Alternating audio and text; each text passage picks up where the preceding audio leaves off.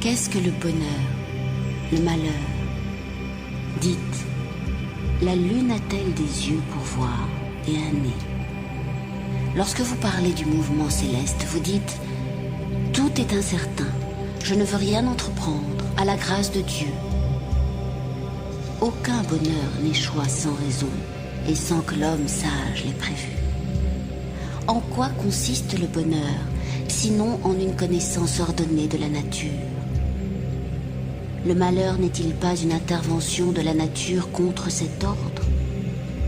La nature est le bonheur, si elle est ordonnée, et elle est le malheur dans le cas contraire. Que cela soit seulement dit à ceux qui croient que le bonheur est un personnage quelconque qui donne à chacun ce dont il a envie, c'est faux, car nous avons dans la nature un être ordonné, celui qui marche dans la lumière et celui qui marche dans l'obscurité ne sont pas malheureux. Ils ont tous deux raison. Celui qui ne tombe pas est dans l'ordre. Celui qui tombe dérange cet ordre. Le bonheur et le malheur ne ressemblent ni à la neige, ni au vent. Il faut le puiser et le régler selon les bases naturelles. Le malheur est dans l'ignorance et le bonheur est dans le savoir. Celui qui marche dans la pluie, même s'il se mouille, celui qui va dans le soleil, ne sont pas malheureux.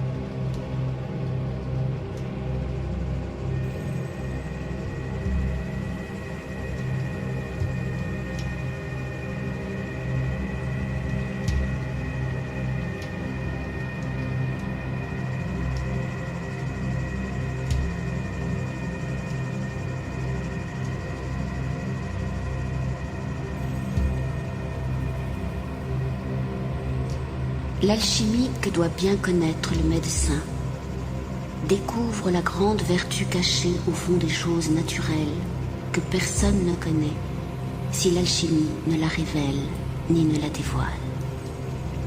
Autrement, l'on se comporte comme quelqu'un qui, voyant un arbre en hiver, ignore ce qu'il recèle jusqu'à la venue de l'été, qui révèle successivement là les premières pousses, puis les fleurs, puis les fruits, puis ce que le fruit contient.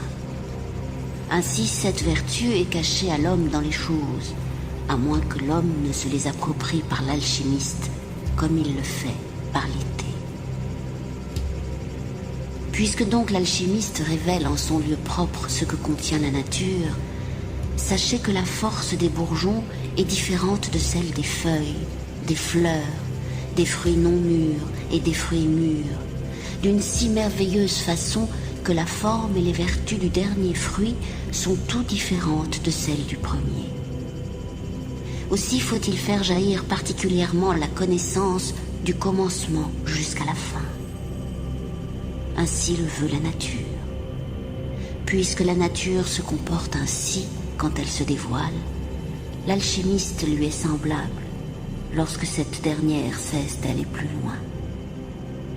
Il faut que le genêt, le thym et la fleur du thym et tous les autres conservent dans la main de l'alchimiste leur processus naturel.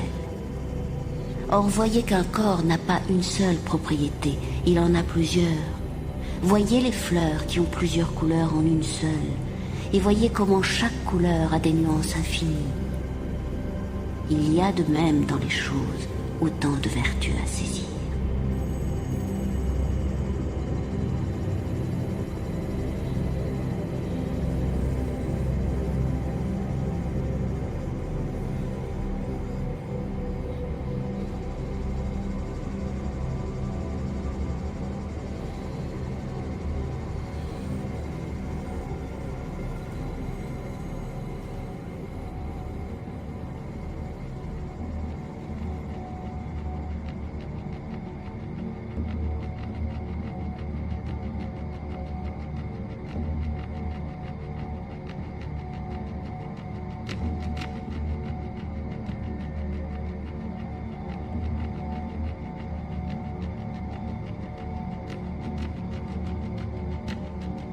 Lorsque Dieu veut qu'une comète ou qu'un cygne apparaisse à un endroit quelconque, le cygne et la comète apparaissent.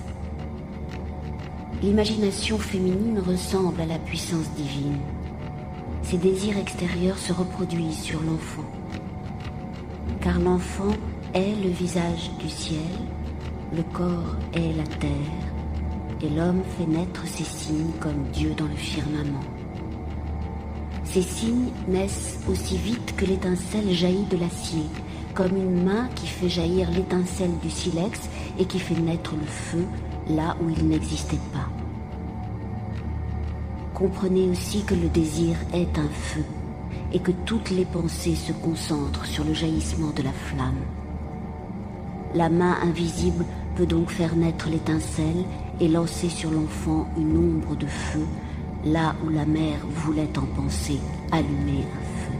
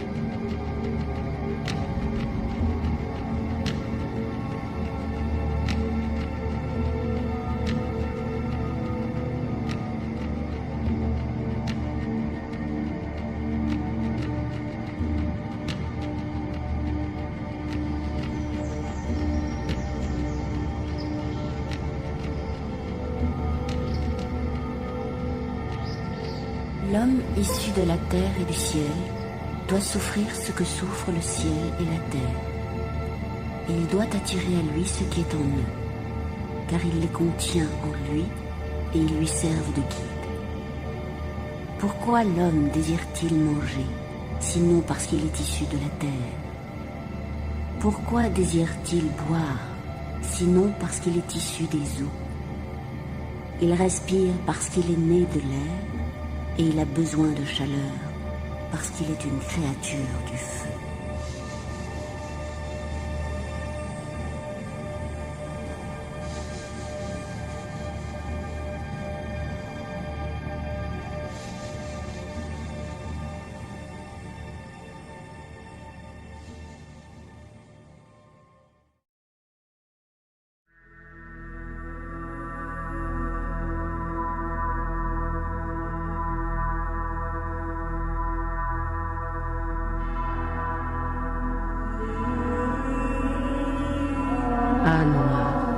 E blanc, I rouge, U vert, O bleu. Voyelles, je dirai quelques jours vos naissances latentes. A, noir corset velu des mouches éclatantes qui bombinent autour des puanteurs cruelles. Golfe d'ombre.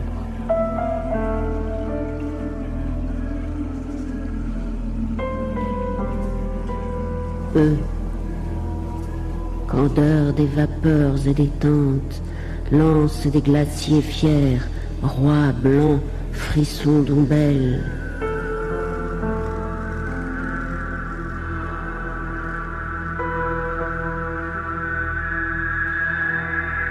I, pourpre, sang craché, rire des lèvres belles dans la colère ou les iresses pénitentes.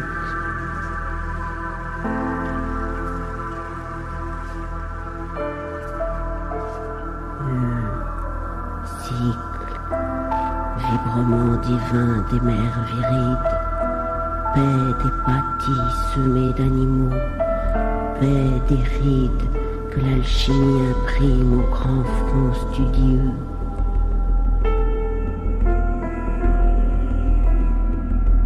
Ou suprême clairon plein des strideurs étranges, silence traversé des mondes et des anges. Ô l'oméga, rayon violet de ses yeux.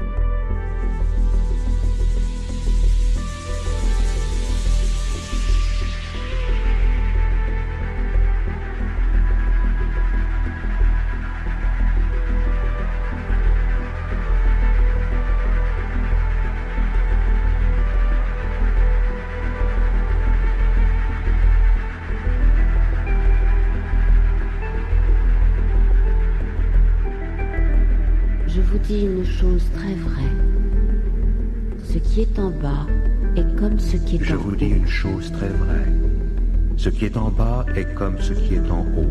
Et ce qui est en haut est comme ce qui est en bas. Et ce qui est en haut est comme ce qui est en bas. Pour accomplir les miracles d'une œuvre. Pour accomplir les miracles d'une œuvre.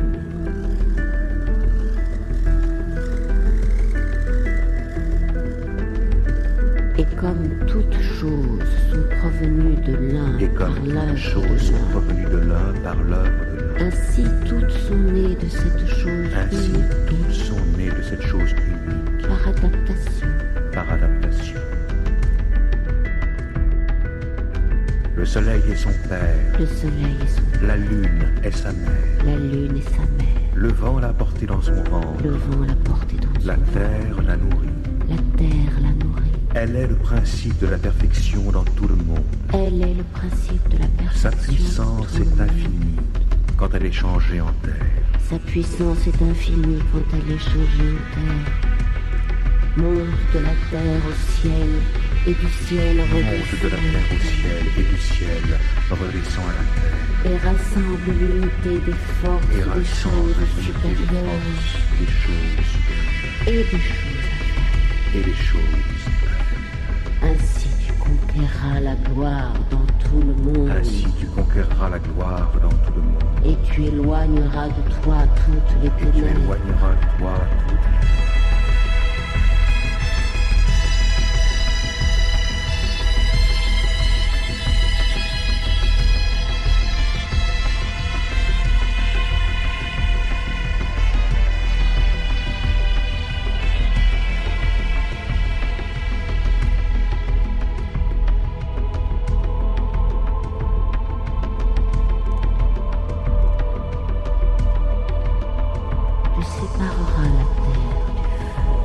sépareras la terre du feu. Le subtil du temps. Le subtil